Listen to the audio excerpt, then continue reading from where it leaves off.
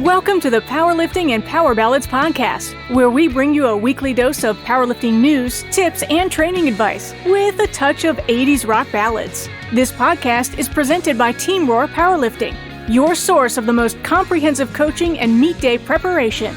Here are your hosts, Josh Rohr and Lara Sturm. And welcome to the Powerlifting and Power Ballads podcast. Welcome to episode 35. And I am one of your hosts, Lara Sturm. And I'm Josh Rohr. Welcome, everybody. Good to see you. Good to be back. I've been missing the last couple of weeks. Yeah, we've really been running off the rails without you. I'm sure. We needed you back. So just a quick reminder, we stream live while we record each episode, but we've changed the time that we're doing that just because our schedules are crazy sometimes. So join us each Monday at noon Eastern time to watch live, and you can participate live. Send us a Power Ballads podcast mention to join in live on the conversation. Yep. And don't forget the following announcement I'm about to make. So we've typically released the podcast on Fridays, but we're going to go ahead and switch it to Wednesdays since we're recording on Mondays now. So be looking out for new episodes every Wednesday. Exciting stuff. All right, let's get to some updates, Nationals updates. So as of today, March 8th, there are still openings in pretty much every session of Nationals except for the Raw Masters females up to 69 kilos and the Raw Open females up to 69 kilos. Every other session has still got availability. So you still have time to hit qualifying totals and get registered. So that's not what I was expecting. I thought it would fill up quicker. But because I think the QTs were increased, I believe they were increased for 2020 Nationals, which never happened. And then this year, combine those higher totals with, the pandemic, I think there's just less people actually qualifying. So there's still time. Wow. So apparently 69 kilo women is a popular weight class. Well, 69 and below. It's the whole session. It's all of those weight classes. Gotcha. Okay. Up to 69. Yep. Yeah. So that's a big session. Yep. Awesome. All right. So we're going to move on to our powerlifting situation. Here's the question. Would you ever move to a weight class that you do not want to be in if it gave you a better chance to win? And does it depend on the level of competition? So the levels of competition being state, regionals, nationals, or worlds? Yeah. So short answer, yes. For state level, I would say no. I don't think it's worth moving to a weight class solely for a competitive advantage. If you don't want to be in it, if you don't mind going to that weight class, that's one story. But if, I've fluctuated between weight classes and, gone up and down, and that's fine. But like, let's just say as an example, I normally compete as a 93, or let's say I normally compete as an 83, but I choose to go up to 93 and I'm okay doing that. That's one thing. But if we're talking like going to a weight class I don't want to be in, like let's say 105 or let's say down to 74, I don't want to go to either one of those. So I would say no. For regionals, I would also probably say no, unless my ultimate goal was to get to nationals, and that winning regionals gave me that, 50 kilo handicap on my total. That was the difference in me making it. At nationals, I would say 100% yes on this one, because I think that the ultimate goal for most really serious powerlifters is to get to IPF Worlds, and to do that, you have to win nationals. To guarantee your spot, you have to win nationals. So if that gave me a better chance to make it to IPF Worlds, then 100% yes, I would go to a weight class that I had no business being in, that I didn't want to be in, if it would give me a better chance to win. And then, the fourth category at IPF Worlds, also yes. There's less option usually for this, because usually whatever you qualify in is the weight class you have to compete in at Worlds. So this is a little bit of a, so I would almost backtrack this one. And if you are, let's say you are that competitive that, switching weight classes would, your telephone is ringing. That's the problem with You got me on the run. That's a song, apparently. So I didn't silence my phone either now that I think about it. So don't call me.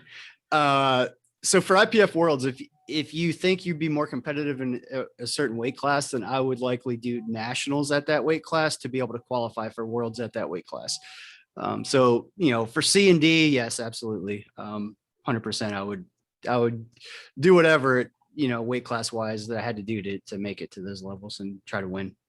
Yep, I agree. I think I have contemplated at one point dropping down a weight class to be a little bit more competitive. Competitive? That's the word. Got a little Canadian accent there. Boy, it's Monday. It's hard. But I think in the long run, I decided not to, just because dieting. Well, yeah, there's that, but that's a good point. You just said long term too, like, does that affect your progress long term by going to a weight class? So for you, so that's just how our minds, I guess, like you were thinking about going down. Like my thought would be, I mentioned going down too, but my first thought in changing weight class is going up. I don't know why. Going down is worse for me. You enjoy the thought of eating. Yeah, right. Like, oh, I'm going to make this sacrifice and start eating like 4 pizzas a day. So yeah, I think those are interesting scenarios, and depending on the level, like I wouldn't say anybody would be wrong to say yes at any of those levels, because for some people, like winning a state title is the biggest goal they have, and that's the level that they're at, and I think there's nothing wrong with that. These are just my personal opinions. Great. Kind of in the same boat though.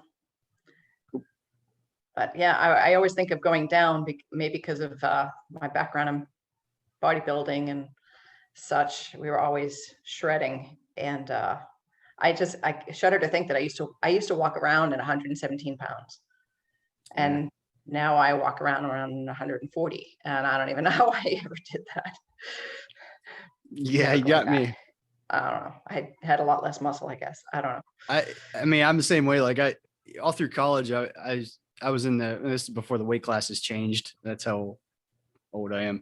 But I was always in the 75 kilo class, and I was basically dieting year round to maintain that. And then, well, it's funny. I'm sure next time Sherman's on, he'll tell this story too. But when I decided to move up, I accidentally went up 2 weight classes. Because I just assumed I could eat whatever I wanted and I would be fine. And that was not the case. So. Wow. Yeah. Just had to eat normal. Yeah. Who knew? That's funny. All right. Well, we're going to move on to our new lifter tips. So we have 3 tips. So tip number 1, practice as many things in training the same way you have to do it in a meet. For example, wrapping knees on the platform next to the bar in training is very different than wrapping your knees 30 feet away in a meet and having to walk up a ramp and then walking to the bar in your wraps. It doesn't have to be all the time, but it's beneficial to practice some of those scenarios. If we could have just built a ramp, that was crazy. That would have been a great thing to do. But yeah, practice those different scenarios so that you're not surprised. Yeah. And we're going back a couple weeks here because we had some guests the last few weeks. So these new lifter tips are, this one's all the way back from February 20th. But yeah, the point here is like, you want to have a sense of routine as much as you can with competition. So like, and there's going to be situations like, especially with knee wraps, where you're going to be wrapped and, they're still loading the bar and they're taking too much time or whatever, and you have to stand there in them. So, you want to at least at some point, and I know I'm using knee wraps here, for every scenario, whether it's, having the music change right when you're about to lift, or having the music turn off, or not having music, or any of those things, like, you can't control all of those variables. So get used to not controlling them. That's a good point. Yeah. One of our other new lifter tips. This one actually I kind of stole from Kurt St. Romain. He posted it on his Facebook. His post was short to the point, but I liked it. It's squat deep. Don't be afraid. Don't hope for a gift. Don't expect your coach to go to the jury. Don't make excuses. Just squat deep. I don't really know what follow-up there is to that. It's pretty cut and dry. Enough said. Yeah. And I guess what the hell? I'll elaborate anyway. I think, we see a lot of lifters squatting a little bit high in training, and they're like, well, I'll get down at the meet, whatever. It doesn't typically work that way. I mean, I've seen a few people get away with it, but if you're squatting high in the gym, you're more than likely gonna squat high at the meet because that's what you're used to. So don't, and the side note of that, I can squat a lot more weight when I'm an inch high, like a lot more. So if you're used to handling heavier weights, squatting an inch high, and then all of a sudden you try to open at what you normally can do for a couple reps when you're squatting high, now you have to go low. Well, guess what? You're probably going to struggle a lot more with that, going that extra inch down. So yeah. True. Yep. Oh, I'm sorry. Next one. I'm tip number 3, sleeping. Mondays are hard. Did I tell you that?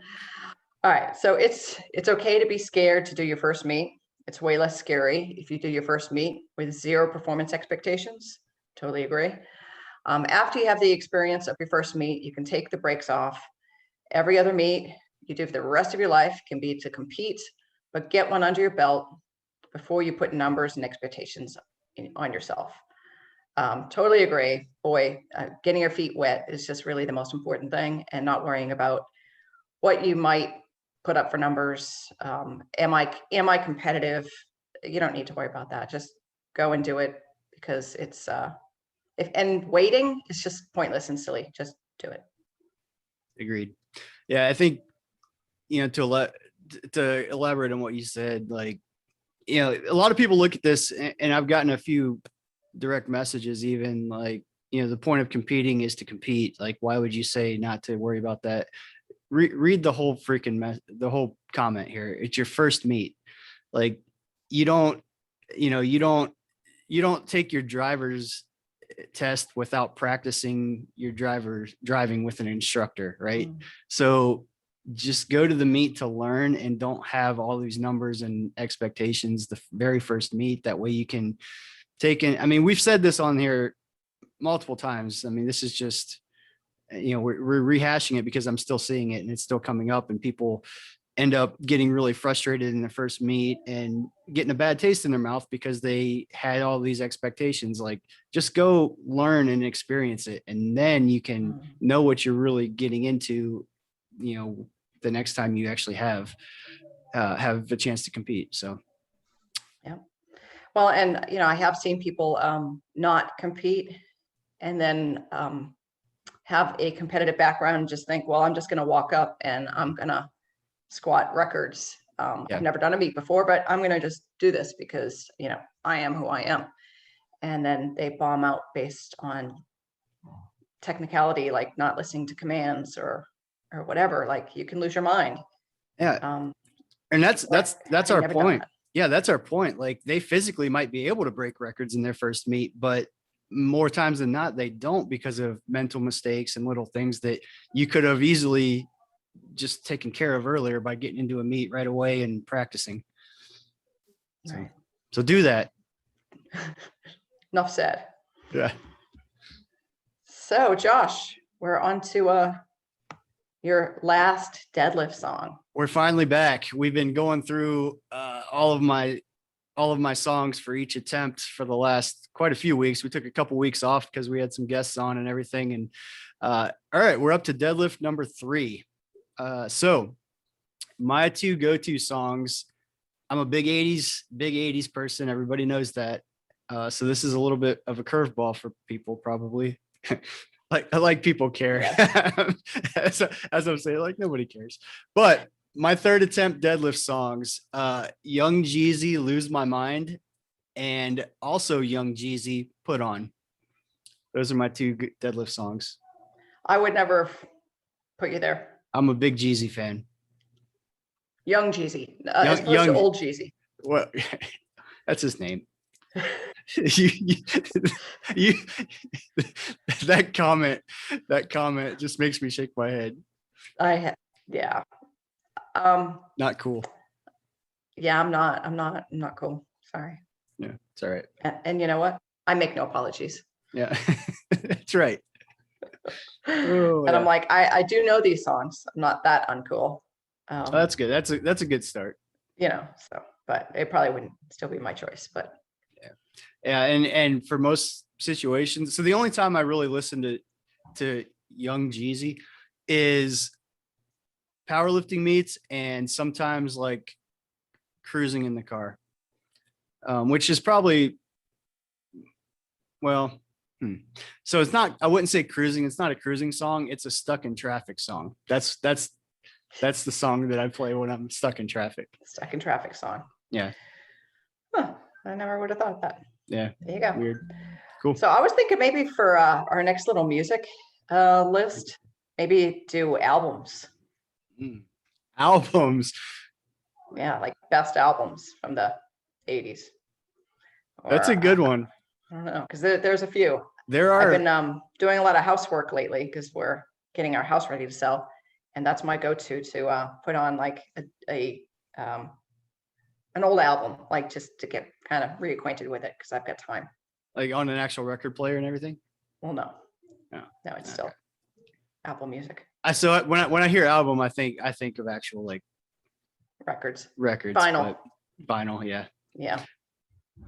But cool. I like that idea. I have a few in mind already. So let's make it official. Starting next week, we will be. How are we going to do this? Let's do. Well, how about we each pick one each week, and we'll just go for a few weeks of like counting down to our favorite album. All right, something like that. Maybe we'll figure out a better way to do it in the next week. This is off the top of our heads. Anyway, all right, we're gonna wrap it up there. We're rambling now. So, Lara, definitely glad to have you back because it was not as organized as it should have been when you were. You were lost without me. Say it. All right, I was lost without you. I'll say it. I'm not afraid to admit it. Nice. So, cool. Ha. All right, everybody. Well, thank you for listening. Don't forget to follow us on Instagram at PL Ballads Podcast and shoot us an email if you have any questions, topics of concern, questions, things like that at plballadspodcast@gmail.com. Great to have you back, Lara. We'll see you all next week. Later. Bye now. Thank you so much for listening. If you enjoyed today's episode of the Powerlifting and Power Ballads podcast, please remember to subscribe and share it with your friends.